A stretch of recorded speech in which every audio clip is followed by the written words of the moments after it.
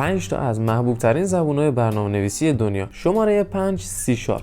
سی شارپ یه زبان برنامه‌نویسی شیگرای همه منظوره هستش که مایکروسافت درستش کرده و در وهله اول برای چارچوب دات نت درست شده بود، ولی الان استفاده رایجی داره از جمله برنامه‌های ویندوزی و همچنین طراحی بازی‌ها که با عناصر یونیتی انجام میشه. شماره 4 جاوا.